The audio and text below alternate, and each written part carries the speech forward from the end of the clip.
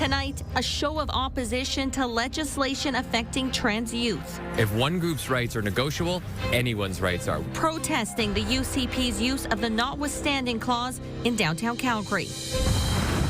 Plus, a dangerous day on Calgary roads.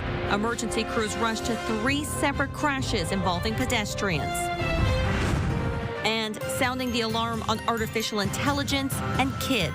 We need them to treat this like the crisis that it is and to act now. Advocates demand tougher safety laws by the end of the year. CTV Calgary, local breaking news with Terry Fikowski. Good evening and thank you for joining us. A large crowd gathering in downtown Calgary tonight in protest of the provincial government's new legislation affecting transgender children. No to notwithstanding! No to notwithstanding! On our side. At least 8,000 activists, advocates, and supporters rallied at the McDougall Centre tonight. They're opposed to the government's use of the notwithstanding clause to pass Bill 9, which introduces sweeping restrictions on trans youth. That includes preventing kids from changing their pronouns at school, making sexual health classes opt-in only, and barring trans athletes from 12 years and older from competing in female sports.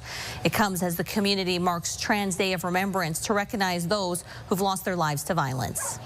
For every one person that they have on their side who is trans saying do this, I will find you 1,000 who will say don't. They are listening to a fringe minority, not the vast will of our people. And this will lead to more violence. We've already seen this. We've already lost people from our community specifically because of Danielle Smith's policies. She has blood on her hands. I'm just super grateful that all of you guys are here.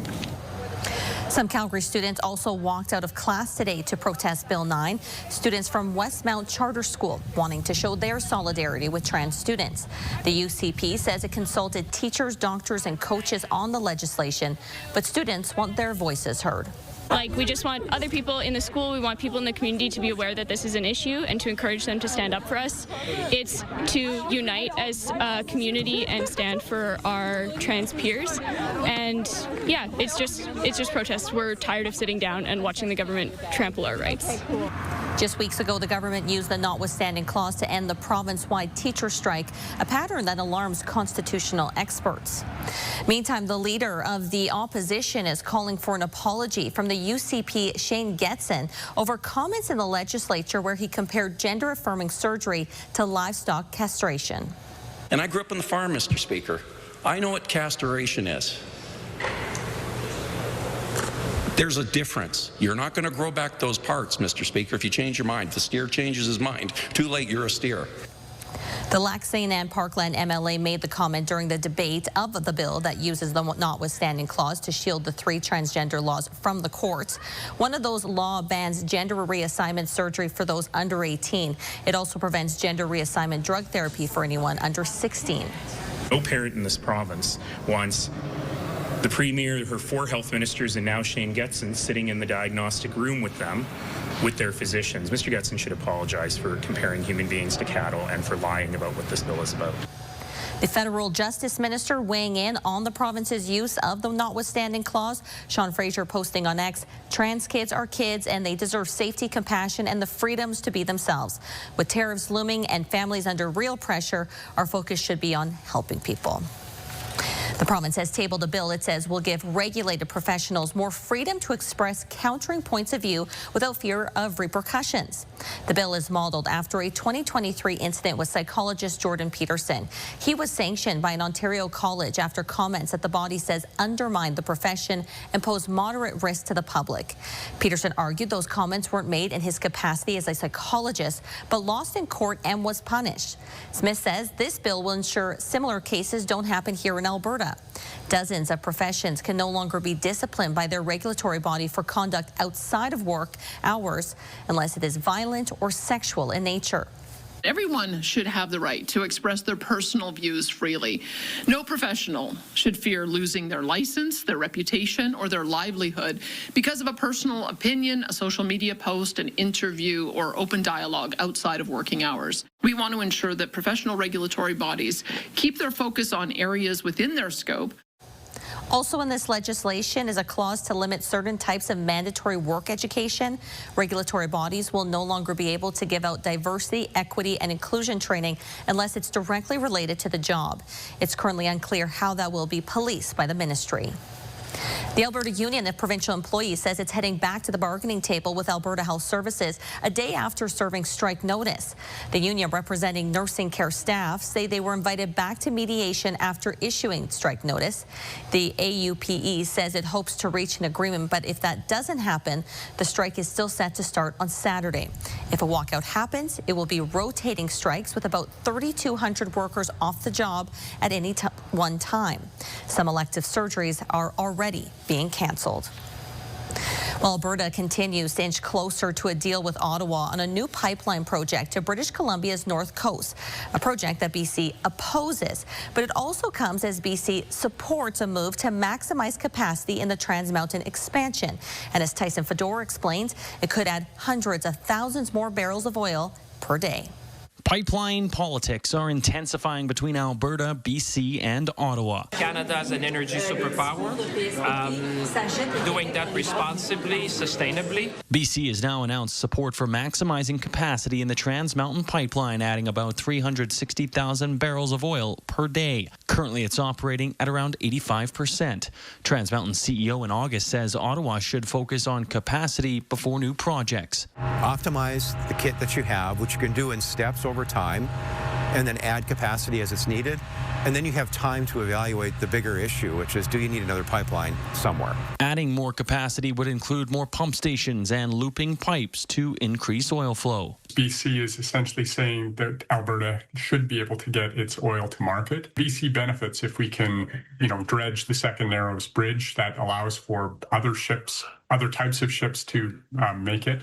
Into that harbor. However, Premier David Eby continues to oppose a pipeline project through northern BC. The idea that Alberta has been frustrated in realizing access to market is bizarre.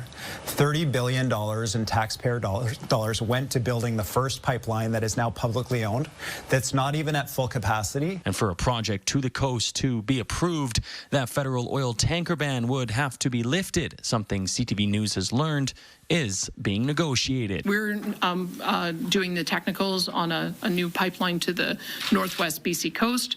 We have a potential to also do something similar to Churchill. Alberta and Ottawa are expected to sign a memorandum of understanding that could include scrapping the planned emissions cap and stronger industrial carbon pricing. I would be surprised if the MOU gives any kind of certainty to a North Coast pipeline. Premier Danielle Smith remains hopeful Alberta can add more oil supply to the market. What we're seeing is that there's a change in the public dialogue about the need for oil and natural gas. Tyson Fedor, CTV News, Calgary. A dangerous day on Calgary roads with police responding to 3 separate crashes involving pedestrians. 2 took place tonight, less than 30 minutes apart. In the first, a pedestrian was hit at the intersection of 11th Avenue and 1st Street Southeast around 7:30 p.m. Police say an adult was checked out by EMS on scene and had minor injuries. The driver did remain on scene. Then, less than half an hour later, a man was struck in the 3300 block of 32nd Avenue Northwest. The victim in his 20s was taken to hospital with life-threatening injuries. The driver did also remain on the scene, and traffic was shut down for a while in the area as police investigated. And in the third incident, around 8:30 this morning, 2 pedestrians were hurt after they were hit by a minivan on Dalhousie Drive in the Northwest. A child and an adult were trapped underneath the vehicle. Crews had to lift it up to get them out. They were taken to hospital with non-life-threatening injuries. Now, some who live in the area say this is a dangerous intersection. I didn't notice whether the lights were on or not, but the sun was very bright and difficult to see. Especially right here, there's so many times where I've seen, even with when people press the lights, for the flashing lights for their crossing, people, even though this is a 30 zone, people are whipping fast all the time. There's no word yet on charges in any of the collisions. Police are looking for an immigration detainee who escaped from the Rocky View Hospital. Jagdeep Singh is currently under investigation by the Canada Border Services Agency. They suspect he's involved in organized crime. Police say Singh was at Rocky View Hospital for a medical assessment when he escaped last night. Anyone who recognizes him should call 911. And a big drug bust at the Calgary airport. Officers say they opened 4 checked bags during routine screening last week and found 60 kilograms of hash. The drugs have a street value of $1.2 million. Police say 2 men were arrested as they boarded a flight to Vancouver. And an update on a group of people being arrested at a Southeast Calgary casino yesterday. Police were called after getting reports of theft and fraud at the Deerfoot Inn and Casino yesterday afternoon. 3 women and 2 men were arrested, but there are no details about charges. Police say their investigation is ongoing. Child advocates want Ottawa to enact tougher laws against online harms right away. There's growing concern about how artificial intelligence will be used to create child sex exploitation material. Families, mental health associations, doctors and police say they want to see legislation tabled by New Year's Eve. With more, here is Stephanie Thomas. Cyberbullying, sextortion, and non-consensual image sharing are just some examples of online harms worrying to Children First Canada. As part of National Child Day, charity leaders and others gathered at Parliament Hill to demand lawmakers take action. And so we need them to treat this like the crisis that it is and to act now. She wants to see the Online Safety Act, or Bill C-63, tabled again. It died on the floor in Parliament when the election was called in the spring. She's given a deadline of 40 days. Every single day, kids are paying with their lives, with their mental health and their safety. Doctors, mental health experts, advocates, and children are calling for change. Parents can't do this alone. Kids can't do this alone. We need the government and tech companies to do their jobs to make sure that being online doesn't mean being unsafe. A growing concern is the distribution of non-consensual sexual deepfakes, or AI nudes, created by artificial intelligence manipulating images of minors. AI is moving at leaps and bounds. The numbers are only increasing every year, the reporting and the offending. Statistics Canada says online child exploitation incidents jumped 59% from 2022 to 2023. And the Internet Child Exploitation, or ICE unit, says it receives about 3,000 files a year for the half of the province south of Red Deer. Staff Sergeant Mark Auger says it might seem like a harmless joke to create, quote, fake images with AI, but the consequences are real. You've actually created child sexual abuse and exploitation material, formerly known as child pornography, which is a criminal offense and will be investigated, which has ramifications for the rest of your life. He adds that it's never too early and never too late to have discussions with young people about online harms. Stephanie Thomas, CTV News, Calgary.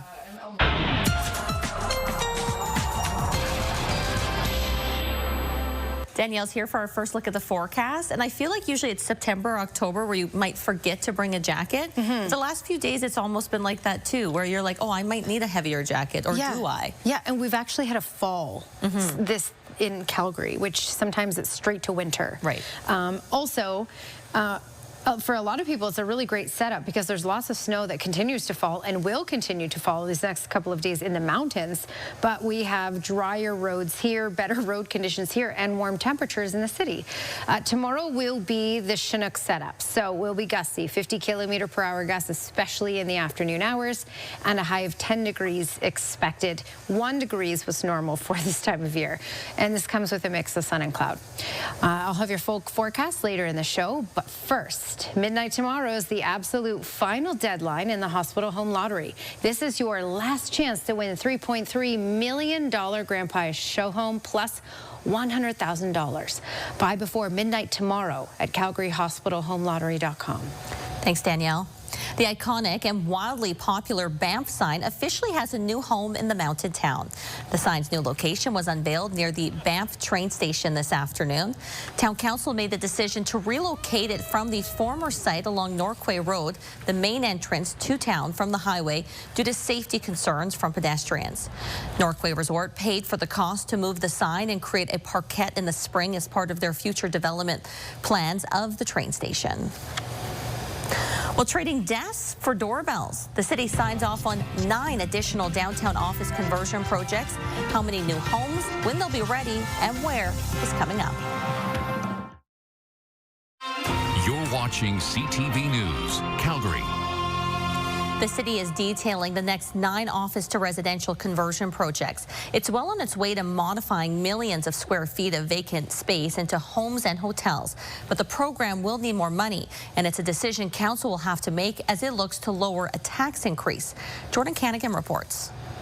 It was once the site of TransAlta offices in Calgary. Soon it will be hundreds of homes. What we see before us here today shows how, as a city, we can take a problem and turn it into an opportunity to grow in a positive way. The next 9 properties in Calgary's downtown conversion program have been unveiled. When finished, this set will add nearly 1,000 new homes to the city's core. We anticipate that by 2031, the office vacancy rate will be, approximately 20%, which is, taking into consideration where we are today, that 10% impact is quite significant. In total, the city is looking to transform 6 million square feet of vacant office space into residential over the next 6 years. It's put up nearly $200 million in funding to do so, paired with more than $800 million of private investment. And that's why, in collaboration with my council colleagues, we're going to be considering an additional $40 million in funding over the coming weeks, next week in our budget debate. But that consideration comes as council seeks to find savings and efficiencies. The mayor says his goal next week is to bring down the proposed property tax increase for 2026. Well, our budget debate is all going to be about value for money. Right, so when we look at the results, $7 in total economic impact for every dollar invested here, there is bar none no better economic opportunity for us as a council to continue to invest capital funding. Jordan Canigan, CTV News, Calgary. So far, the city has announced 21 downtown conversion projects. When completed, it will bring nearly 2,700 new homes and 2 hotels to the core and Beltline. The president of the Alberta Soccer Association has been suspended from its board for 5 years after an investigation into a workplace harassment complaint. The complaint is against J.R. Figueiredo, which was made in August. An independent investigator found he went far beyond what is acceptable in the workplace. CTV News has obtained a copy of a memo outlining the findings. The investigator says that Figueiredo made verbal threats, interfered with staff operations, directed an employee to withhold information, spread rumors about an employee's competence, and created a negative or hostile work environment. The former president has appealed his suspension. A special meeting of association members is now set for December 9th to discuss a resolution to reject the sanctions. The ASA says Alberta Occupational Health and Safety is monitoring the situation. The Alberta Motor Association Community Foundation is launching its annual campaign to help address growing food insecurity across the province. The Fill Our Fleet campaign helps stock the shelves at local food banks. Since 2009, the program has raised more than $1.5 million and 175,000 kilograms of food. This year, AMA is matching up to $100,000 in donations. It's also offering top-up donations at all AMA locations. We know through our membership and through our community outreach, we can uplift donations and support food banks across Alberta to do more and to help the folks that need help when they need it. You can donate non-perishable items in person at any of AMA's locations. Alberta Health Services is taking payment for parking tickets in the form of new unwrapped toys. Tickets must have been issued between November 7th and December 19th at AHS, primary care, acute care, assisted living, and recovery Alberta locations. Toys must be in their original packaging and suitable for newborns to 17-year-olds with a minimum value of $25. The toys will then be given to hospital and local charities province-wide. More than 1,100 toys were donated last year during the campaign. Not a bad way to go if you have a ticket to pay off. Well, still ahead, it is a calm and cool night in Calgary, but Danielle tells us that wind is on the way and a little bit of change, future in a little bit longer in the forecast. That's all coming up.